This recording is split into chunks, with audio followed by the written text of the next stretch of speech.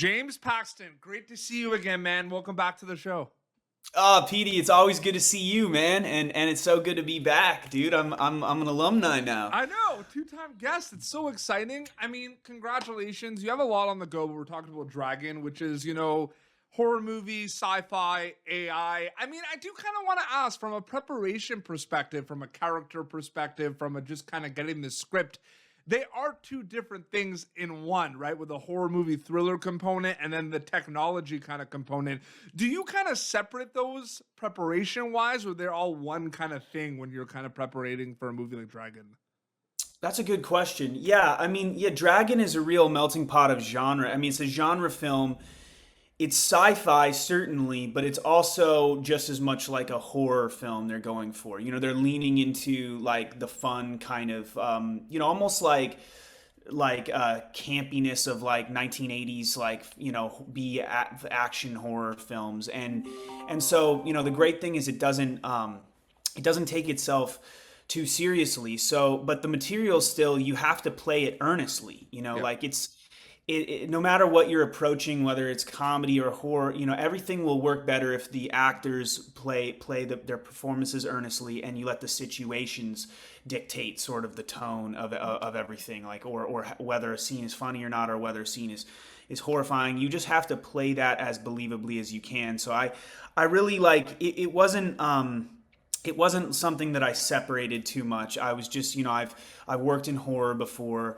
I knew that I just needed to mostly focus on making, because I played the lead character, and I actually stepped into the role 5 weeks before they started filming, which was crazy because they had a different actor lined up who fell out because of reshoots on something else. And so it was one of these things where I didn't have a whole lot of time to prepare. I just had to get right into the mindset of, okay, I'm going to go fight this murderous AI killer drone in the Serbian wilderness with these other actors. I have to make this character empathetic, because audiences need to care about him. He's kind of like this. He's sort of just the conduit through which you experience the whole story. Is this character who's well out of his elements, landing in Serbia and everything. So, anyways, I just didn't really separate those. No. It's interesting too, the kind of waves and the journey of a film getting out there, disseminated to the masses. I mean, this film did a select theater run, and eventually is going to, like, in a couple of days, pretty soon going to be available like VOD. People are going to watch it. Are you kind of aware of the release landscape as an actor and storyteller, about like you make something, you wrap it, and then boom, the journey kind of starts all over again, right? Where like there's gonna be more pockets of people to see a movie. Like, it's interesting to think about, right? Yeah, absolutely. It's totally like reliving like the whole experience again when it comes release time, because you have to. But it's kind of wonderful because oftentimes it's so bittersweet when you wrap a film, and you're leaving all these people that you've become so close with, and hopefully you stay in touch with people. But it's like, I had such an amazing experience in Serbia. The whole crew was just fantastic. It's so good at their jobs over there. And I didn't really know what I was stepping into initially. It was definitely a new kind of story for me. But I'm just so happy to be able to talk about it now, because it was such a positive experience, and to be able to relive it all and see it now take on a life of its own. Because that's the thing. It's like you live with these movies for so long, but once you finally release them into the world, it's like you can kind of let go a little bit in this wonderful way that comes with so much just pride. You're so proud to have this thing that's finally gets to go take on a life of its own. Whether people love the movie or hate the movie or whatever, they get to. It gets, the work that you do finally gets out there, and gets outside of yourself, and you can see it. People respond to it, and it's amazing. Obviously, for a movie like Dragon, they did not have like a real P&A budget, so it just played a limited theatrical run in 2 cities. Through the Lemley theaters, and honored to have it play at those theaters. Anytime a movie plays on a movie screen anywhere, I think is a miracle. So, but now it's really nice that it's going to go to VOD. It'll be much more accessible. For me, it's all about just the work that I've done, I just want it to be available. It's about access. I just want it to be available to the public to see it around the world, and that's why we do it, So That's why we make films, for people to see them. That's literally like exactly, what it is. exactly. So I'm excited. People are finally going to be able to see it. I know on Apple TV they'll have like a featurette thing of it with the artwork and stuff. So hopefully, it gets it gets some eyeballs on it. When you're making this movie, you're not thinking of a lot of things other than kind of the character and the story, because you're in the zone as an actor. But I'm wondering, it is kind of this movie that has a lot of like you said, sci-fi kind of horror movie components of it. The kind of, basically the involvement of AI in this alone is very kind of scary, right? And I'm wondering, Mhm. like, making this movie, because I know how it works in post-production, you know how it is, like VFX and everything, right? But like, was it ever scary making this movie? Like, did you feel like freaked out filming this movie at all? Yes, that's a great question, PD. I did, because this film is, as much as it is about AI and this AI drone murder bot system. The cool thing about making this film is that the filmmakers like Peter Weber and our production designer Joseph Hodges, they leaned into like the tangible practical effects component of it. So like, it feels like, like the original Blade Runner to me feels like, because it's these amazing sets that are built, you can feel them, there's something tangible, it's like a place you visit. You're like, it doesn't have that air of removal with like that sometimes you get with overly CGI'd stuff. And so as an actor, you always want to be ideally working with practical effects. They can help you feel a physical and a reaction, elicit that better. And they can help you immerse yourself into the character's world. And so many of these, like the actual dragon, the drone, that was built like we had two different ones. One was more animatronic and could move a bit, and then the other one was more stable, is the one that I'm like attacking at the end and fighting. But it wasn't like I was just swinging at nothing. Like there was this tangible drone in front of me that I was literally coming into physical contact with.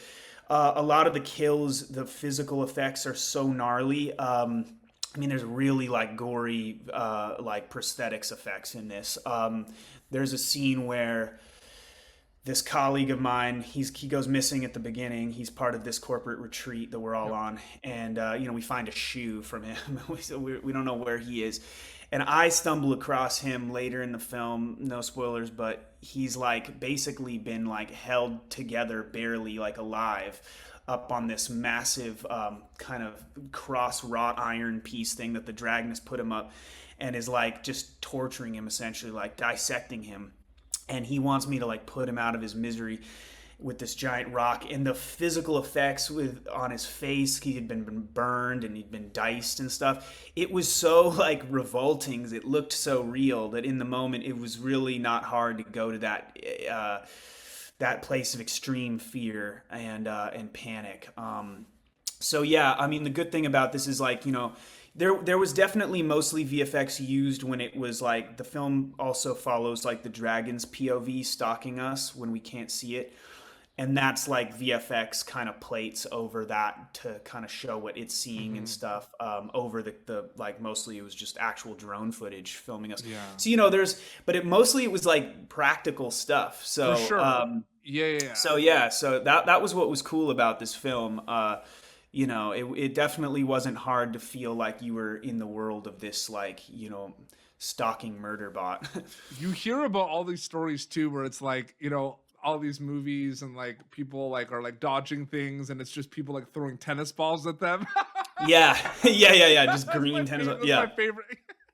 Oh, dude. Yeah, I know. It's so like ridiculous and silly, but like, yeah, and I've done that kind of work too. I've worked like a lot on green screen and blue screen, and that sometimes is a little more challenging. But at the end of the day, acting is always imagination, and if you have a strong imagination and knowledge of your what you do, what you're supposed to do as an actor, you should be able to kind of create enough for you to react to, whether it's there or not. But the nice thing with Dragon was it was very immersive. It was like being, it was like the Dragon was just another cast member.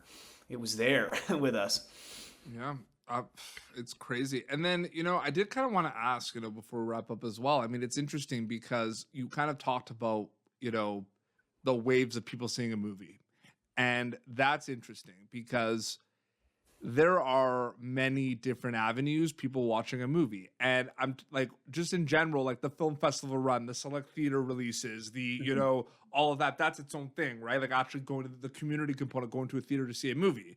But then you also have like the streaming and the VOD, like you said. But then you can also like break it down to like how we watch things. And now like we have our phones, we have our computers, we have our TVs, right? And there's like Mhm. you can watch things on the go, right? Like passive watching versus active watching, right? Where you're coming home from a late night of work and get a pizza, put on something in the background. Are you thinking more, even though you're an actor from the storytelling acting perspective, you're not thinking about this in production, but like, are you thinking more about the audience and how we're watching things and how people are going to consume something that you're making? Because it's really fascinating to think about. Yeah, it really is. It really is. I mean, things. You're like you said. It's so much. People so often will see like just maybe a collection of clips from something online and then feel like they've seen the film. It's to me that sometimes like that's a bit of a sad component of the whole thing. Like I guess I'm old school in the way that like I want ideally people to see movies in the theater. Yep. I love watching them at home. I'll watch, but I'll go to like revival playhouses and see old movies and new movies, and I try to be there physically. I love the communal aspect of films bringing people together to one place, but yeah, it's definitely on all our minds. It's basically kind of the kind of thing that mostly that we think about is like as a cast, like for this movie is like, okay, how can we like share a bunch of clips of this on TikTok, Instagram, YouTube, like basically just show just enough to get people to want to watch the whole thing, but not Yep. and it's just like um yeah, because it's tricky. I don't know, you're right, man. I mean, it's just like you live with a movie for so long, and you never stop like shepherding it out into the world, and sort of it's like by any means you can get it out there, get it out there.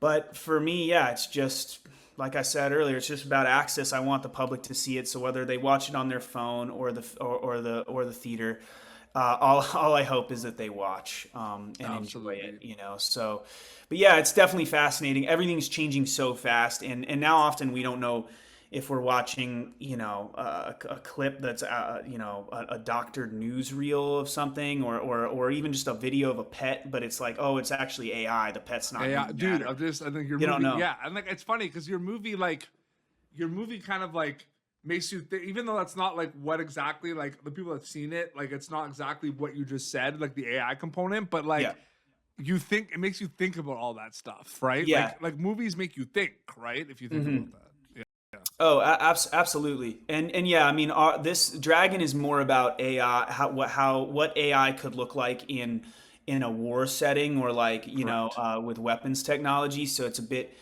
bit different, but at the same time, like it's not too removed from like I just read a headline about how there's a bunch of internet bots that have their own like Facebook, but they're just Mhm. AI bots that interact with each other, and they keep humans off. Like it's like, and they're interacting on, like that's so fascinating to me. And I mean, pretty soon, like if like AI is in a bunch of drone technology, and they can literally physically move around stuff, that's like an autonomous robot that's come to life. I mean, that's really like it's wild. I also just released a song with one of the bands I'm in, Sound Days, called "Not a Machine," that we just released a music video with, and it's like it's all the whole concept of the song is like what happens, after the human era, like when humans have gone extinct, but like let's say like AI systems and robots are running the world, and they revisit this old song, and it's like our band song stuff. That's the concept, and they're kind of jamming out to it and stuff. So it's kind of tongue in cheek, because I mean you kind of have to.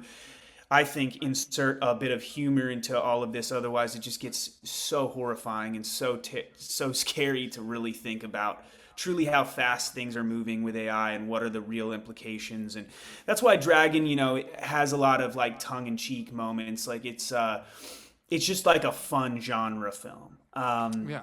It's got a cautionary tale element to it, but it's just like a fun kind of like thrill ride of a movie. So yeah, absolutely. Going to be some options for people to check it out on VOD very soon. That's Dragon. James, as always, man, good to see you, man. Thank so you good much to for see your you, dude. You're my favorite, man. It's great to see you, and I can't wait to talk to you more about more projects in the future. And thank you so much for having me, Petey. Of course. Your Instagram account is just your name, right? If people want to keep up. It's just at this is James Paxton. It'll pop up. But even if you type in my name, it'll pop up. It is James Paxton. That's right. That's right. And then I'm easy to find online. And also, like, if anybody's interested, I'm doing this crazy upcycled art project where I take these like furniture pieces that I find that people leave out on the street, like wooden pieces. I fix it up, I sand them down, I like paint them a solid coat, and then I illustrate all over them like with abstract kind of designs and stuff with paint pens. I've always grew up drawing, so my mom was an art teacher, and it's kind of been another outlet for me, and I've been posting some of that on a page called Paxton Illustrated on Instagram. So yeah, just trying to keep it. Many hats. James Paxton wears many hats, and the tunes are out there as well. Well, this has been Popturnative, youtube.com/Popturnative for previous episodes. Check out Dragon when you have a chance on VOD. Until next time, it's James Paxton and Petey Beats. Yes, sir. Thank you for tuning in to Popturnative. Make sure to check out our past episodes of Popturnative on YouTube. This has been an Autograph Communications production.